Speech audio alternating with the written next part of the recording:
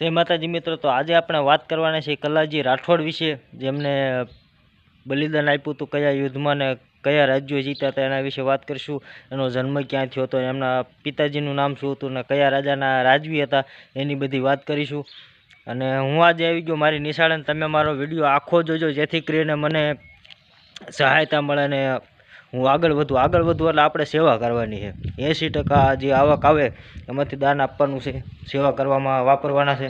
તો આજે આવા વાત કરીશું કલાજી રાઠોડ વિશે. તો ચલો વાત કરવાનું ચાલુ કરીએ.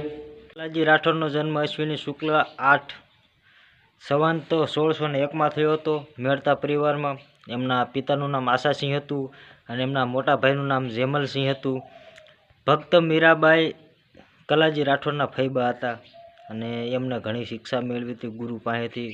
એમના ગુરુ નામ ભૈરવનાથ હતું. પછી એમના આગળ વાત કરીએ તો મુઘલે હુમલો કર્યો અને આશાસિંહ અને કલાજી બહુ હિંમત ભરી લડ્યા, પણ એમાં કંઈ વિજેતા મળી નહીં. પછી કલાજી રાઠોડ, આશાસિંહ ને એમના ભાઈ જેમલ ને બધા ચિત્તોડગઢ વી ગયા.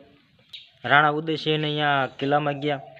ત્યાં એમને કલાજી રાઠોડને ગુજરાતની સરહદે રક્ષક તરીકે મોકલ્યા. પછી એમનામાં થોડોક સમય વીતતો ગયો અને પછી કલાજી રાઠોડના લગ્ન નક્કી થયા અને મુઘલોનો ને અકબરનો ને એ બધાનો યુદ્ધ કરવાનો એમનામાં ઠેકો ચાલુ હતો. કલાજી રાઠોડના લગ્ન હતા તે દિવસે જ આક્રમણ કર્યું હતું. પછી કલાજી રાઠોડ, આશાસિંહ ને રાણા ઉદયસિંહને બધાએ લડવાનું ચાલુ રાખ્યું. અકબર સામે જીત મેળવવાની કોશિશ કરીને જીત્યા, પણ તો એમાં યુદ્ધ કઈ રીતે થયું એની થોડીક માહિતી આપું તમને. કે યુદ્ધ એવું હાલતું કે જેમલને પછી યુદ્ધમાં એમનામાં ગોળી વાગી ગઈ પગમાં, જેમલ ઢળી પડ્યા. પછી કલાજી રાઠોડે જેમલને ખંભા ઉપર બેહારી લીધા. આ ખંભા ઉપર જેમ પપ્પા નાના છોકરાને બેહારીને મેળો રખડાવતા એની જેમ બેહારી લીધા. પછી એમનામાં બે ભાઈઓના હાથમાં બે તલવાર અને અકબરને એવું લાગ્યું કે 4 હાથ 4 પગ 2 માથા, જાણે કોઈ ભગવાન લડી રહ્યો એવું લાગતું અકબરને. તો એમનામાં બધાને તડાતોડ ધડાથી ઉડાડી નાખ્યા. પછી કલાજી રાઠોડે જેમલને નીચે ઉતાર્યા અને એમને જે ગોળી વાગી હતી બે લોહી લુહાણ થઈ ગયા હતા બે ભાઈઓ. પછી આગળ વાત કરવી તો ઈલાજ કરવાનું ચાલુ કર્યું કલાજી રાઠોડે જેમલભાઈનું.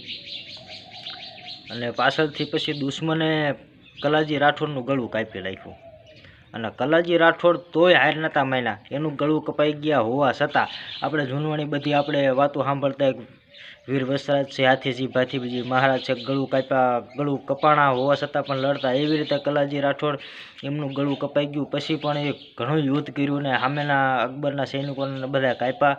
પછી કલાજી રાઠોડ એમનામ શહીદ થઈ ગયા. તો કલાજી રાઠોડને લોકદેવતા તરીકે ઓળખવામાં આવે છે. આ હતી આપણે કલાજી રાઠોડની વાત. મેળતા પરિવારમાં જન્મેલા કલાજી રાઠોડ.